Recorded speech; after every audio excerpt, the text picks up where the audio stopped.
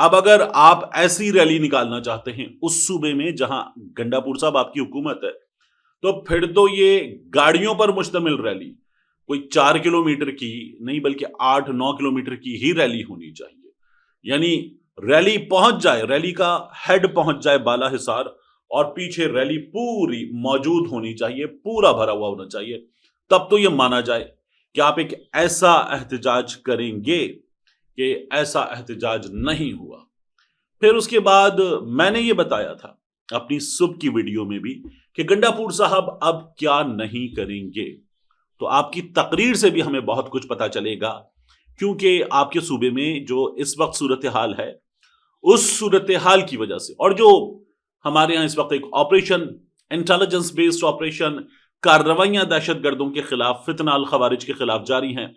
تو آپ کی تقریر جو ہے وہ عمران خان صاحب کی اس گفتگو کے کانٹیکسٹ میں کہ رکوایا جائے اس کو، آپ کی تقریر بتائے گی، آپ کی ریلی میں نعرے بتائیں گے، لوگوں کی گفتگو بتائے گی کہ آپ کیا کرنے جا رہے ہیں. بڑا امپورٹنٹ ہوگا آپ کا خطاب، کیونکہ میں نے یہ بتایا کہ اب آپ کچھ چیزیں نہیں کریں گے. وہ جو آپ نے کہا تھا نا ISI والے، MI والے کیا کرتے ہیں، دہشت گرد، وہ کہتے ہیں کہ ہمارے ہیں، ہمیں دے دو، گڈ طالبان بیڈ طالبان، یہ جو گفتگو کی تھی، there can be nothing like good Taliban. تو یہ جو گفتگو ہوئی تھی، یہ گفتگو ظاہر ہے کہ اب آپ اس کا ایک عدد نمونہ دوبارہ ہمیں دکھاتے ہیں یا نہیں دکھاتے. ایز لانگ ایز آپ چیف منسٹر ہیں تو یہ بڑا امپورٹنٹ ہے. خبر یہ ہے کہ اب آپ یہ نہیں کریں گے، آپ کو یہ بتا دیا گیا ہے. یہ بہت زیادہ امپورٹنٹ ہوگا، دیکھنا ہوگا کہ آپ کی تقریر ہوتی کیا ہے. اب خیبر پختونخوا کے جو پلانز ہمارے سامنے آئے ہیں، ریلیز 3:30 بجے کے قریب شروع ہوں گی، رات 9 بجے تک جاری رہیں گی. یہ ہمارے سامنے پلان ہے. خیبر پختونخوا میں پاکستان تحریک انصاف والے اس پلان پر عمل درآمد کر لیں تو اچھے مارکس دی جا سکتے ہیں. فل مارکس میں دے ہی نہیں سکتا خیبر پختونخوا میں، کیونکہ وہاں آپ کی حکومت ہے، وہاں آپ کو کوئی رکاوٹیں پیدا کرنے والا نہیں ملے گا. پنجاب میں اس کا جو خیبر پختونخوا میں ہو رہا ہے 60% ہو گیا تو فل مارکس، اس لیے کہ پنجاب میں ظاہر ہے کہ ابھی سے مسلسل گھروں میں گھسنا، بندے اٹھانا، توڑ پھوڑ کرنا، یہ سلسلہ جاری ہے. وہ شیخ وقاص اکرم کا گھر ہو، نعیم حیدر پنجوتا کا گھر ہو، باقی رہنماؤں کے گھر ہوں، سب جگہ چھاپے پڑ رہے ہیں. یہ تو میں نے کچھ مثالیں دی، سب جگہ چھاپے پڑ رہے ہیں. آج کے دن سلمان اکرم راجہ صاحب عدالت پہ کھڑے ہوئے تھے کہ مجھے گرفتار کرنے کا خدشہ ہے. یہ سچویشن پاکستان تحریک انصاف کی ہے. تو پنجاب میں اگر یہ کریں گے تو فل مارکس 60% پر بھی. کراچی میں، سندھ میں پاکستان تحریک انصاف جو خیبر پختونخوا میں ہوگا اس کا اسے 70% کرنا چاہیے، 60% نہیں 70% کرنا چاہیے. تو پاکستان تحریک انصاف کو بہت اچھے مارکس مل سکتے ہیں، کیونکہ کراچی میں مریم نواز شریف کی حکومت والی پرابلمز نہیں ہیں، لیکن مریم نواز شریف کی حکومت والی پرابلمز نہیں ہیں سندھ میں. تو پاکستان تحریک انصاف کو یہاں پر بھی ایک پاورفل شو کر کے دکھانا چاہیے، جو پاکستان تحریک انصاف سے ایکسپیکٹ کیا جاتا ہے، کرنا چاہیے. تو اب دیکھتے ہیں پاکستان تحریک انصاف والے کیا کرتے ہیں. بڑا امپورٹنٹ ہے ان کے لیے یہ دن.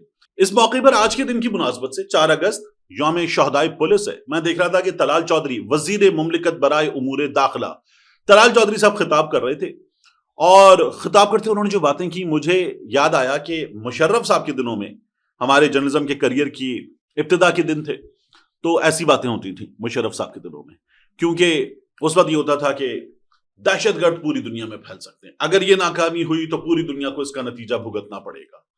تو ہم مشرف کے دور سے نکل کر 26 برسوں میں بھی کچھ نہیں بدل سکے.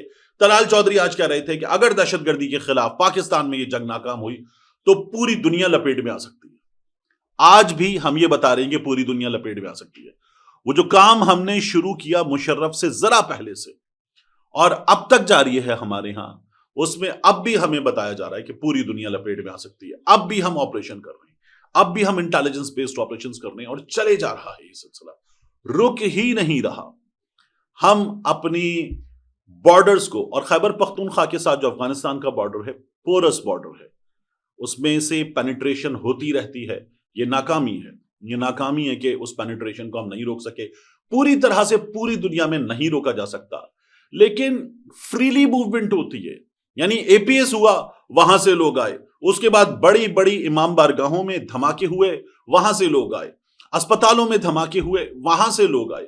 تو ہم جب یہ خبریں دیتے ہیں وہاں سے لوگ آئے اور یہاں آ کر کسی جگہ ٹھہرے ہوئے تھے، رکے ہوئے تھے، یہاں کے ایلیمنٹس موجود تھے، تو یہ کتنی بڑی ناکامی ہے کہ ہم نے اپنے ہاں بار بار آئی ڈی پیز پیدا کیے، انٹرنلی ڈسپلیسڈ پرسنز، اور آپریشن کیے بڑے بڑے، اور اس کے باوجود بھی اب بھی ہم آپریشنز پہ لگے ہوئے ہیں اپنے لوگوں کو بے گھر کرنے کے باوجود بھی. اور آج وزیر مملکت برائے امور داخلہ کہہ رہے کہ پاکستان ناکام ہوا تو پوری دنیا لپیٹ میں آ سکتی ہے. پھر آپ کہہ رہے ہیں کہ بلوچستان میں اور خیبر پختونخوا میں غیر ذمہ داری کا مظاہرہ کیا گیا. کس نے کیا؟ کس نے کیا؟ بلوچستان میں کس کی حکومتیں نہیں؟ اور اس کو کامیاب کرنا کس کی ذمہ داری تھی؟ اگر بیرون ملک سے لوگ یہاں آ کر مسلسل بدامنی کے مسائل پیدا کر رہے ہیں تو کس کی ناکامی ہے؟ اس سوال کا جواب دینا چاہیے. اس سوال کا جواب ہماری حکومتیں دے نہیں سکتی، اور دہشت گردی کی کمر توڑ دیں گے، قلعہ قمع کر دیں گے، آہنی ہاتھ سے نمٹیں گے، اب کوئی کسر اٹھا نہیں رکھیں گے.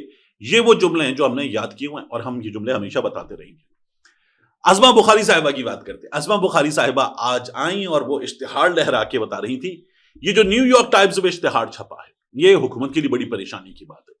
اشتہار چھپا نیو یارک ٹائمز میں عمران خان صاحب کی بڑی سی تصویر، اور پھر اس کے بعد سائڈ پہ اس میں پورا متن اس کا موجود، نیچے اس میں ایک حصہ موجود، نیچے والے حصے میں عمران خان صاحب نے، یہ جو حکومت کہتی ہے نا کہ عمران خان صاحب نے امریکہ کے مفادات کو تحفظ دیا، وہ بھی یہ تھا کہ امریکہ کا مفاد اس میں تھا کہ نکلے، اور افغانستان سے امریکہ کے انخلا میں عمران خان نے مدد کی تھی، تو یہ امریکہ کا مفاد تھا.